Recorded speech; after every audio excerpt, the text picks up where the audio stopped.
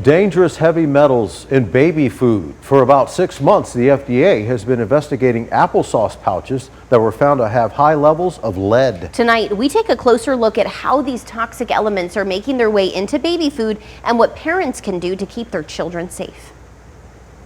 When you open up a jar or pouch of baby food, you expect it to be safe. Things that we think that we can trust and rely on to feed our kids, it's now becoming really concerning.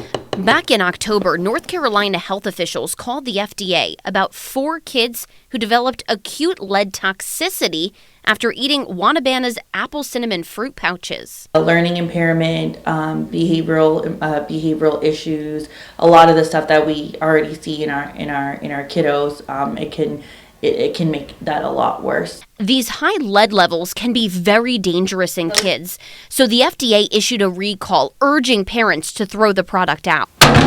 You know, we've really tried to be more cautious about packaged food just because I feel like every time we turn around now recently, there's been some type of recall, even down to formula.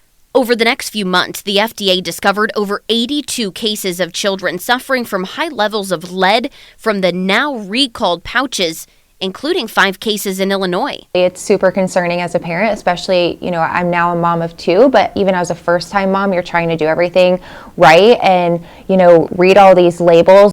But heavy metals aren't listed on the label, and at-home tests aren't sensitive enough to detect the elements. In the first 3 years of a child's life, they're growing very rapidly, so lead can actually cause developmental delays and behavioral problems. Pediatricians say high exposure to lead can lead to stomach and bone issues and can even cause autism in children. The treatment is really to decrease the exposure of lead unless the lead level is really high and they need to be admitted to the hospital. Many moms, like Bland, say they're making their own baby food in the hopes of avoiding contaminated products.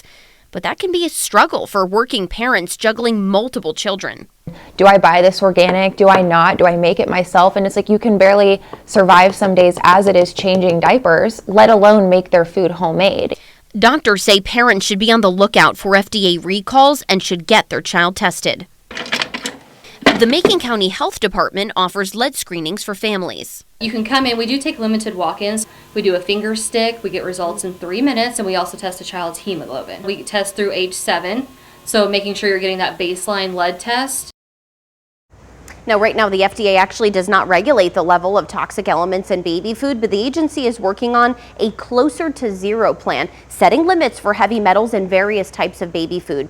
Illinois Senator Tammy Duckworth also working to ensure the FDA has the needed funding to enforce this plan. You can read more about the proposal and Duckworth's efforts at WANDTV.com.